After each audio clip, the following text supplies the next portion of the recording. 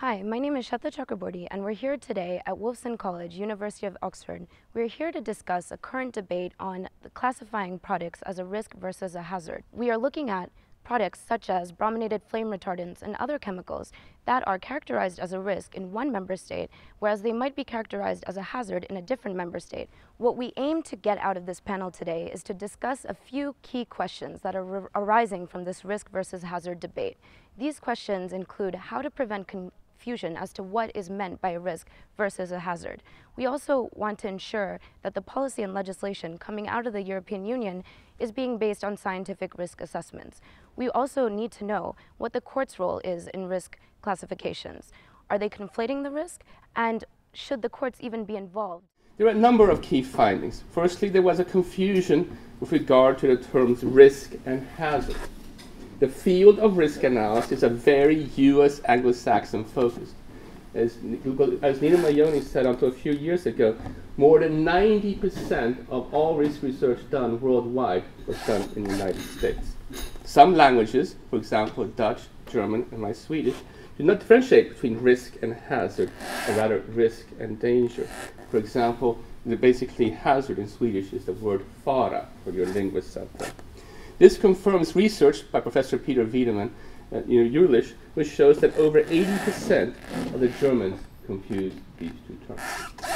Second point, there are silent mentalities between agencies within member states.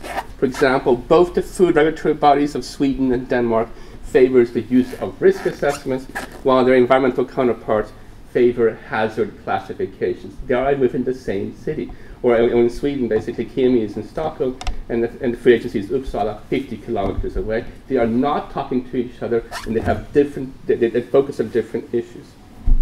Furthermore, some nations are generally more accepting of risk-based approaches than others. The UK embraces this much more than Sweden does, for example. This came up very, very clearly in the discussions that I had.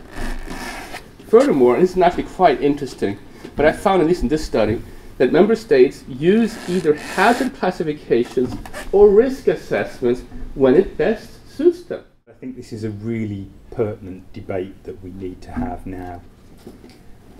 Exposure to hazards has always given rise to risk, but I think we've got a bit lazy and confused about the terminology. And I think quite often, particularly in the media, the use of the term hazard is used when actually we really mean risk. And that's just plain confusing. It doesn't help us at all. In Europe, I think, although this is a bit of a sweeping generalisation, there's been a tendency to recently to try to regulate more on hazard because it's politically expedient to do so. It's an easy sell, if you like.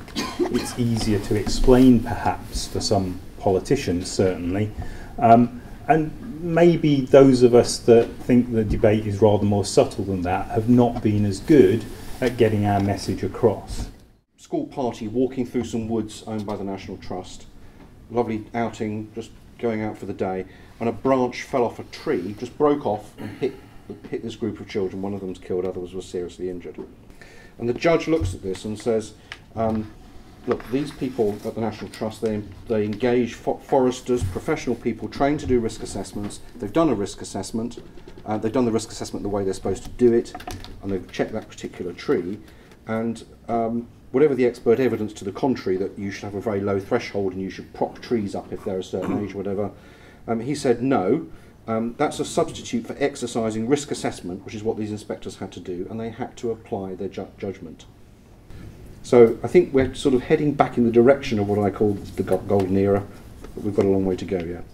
It's not for the courts, I think, who can really decide what is risk in a business. It has to be one of the prime tasks of leadership. And I just wonder if we were to ask a sort of random selection of leaders, what are the top 5 risks in your organisation, and give me the evidence for why you pick those. I wonder how many would be able to answer that. And I think, I don't know whether I'd be positively or negatively surprised, but I think until leaders really understand what are the hazards and the likelihood of those in their business, then we certainly won't make progress. So I'd like to leave it at that as a way of thinking about how do we get these frameworks into business. The preceding discussion tonight examined risk versus hazard classifications within the European Union. It is evident that discrepancies exist amongst policy made due to the fact that risk and hazard is classified differently across the member states. What we had hoped to have done tonight is bring together key actors from science, regulation, policy, and the law to come together and promote ideas to move forward in terms of a plan of action that examines how to better classify risk versus hazard based on the best available science. Thank you for coming. I hope it's been a... Thank you for sharing.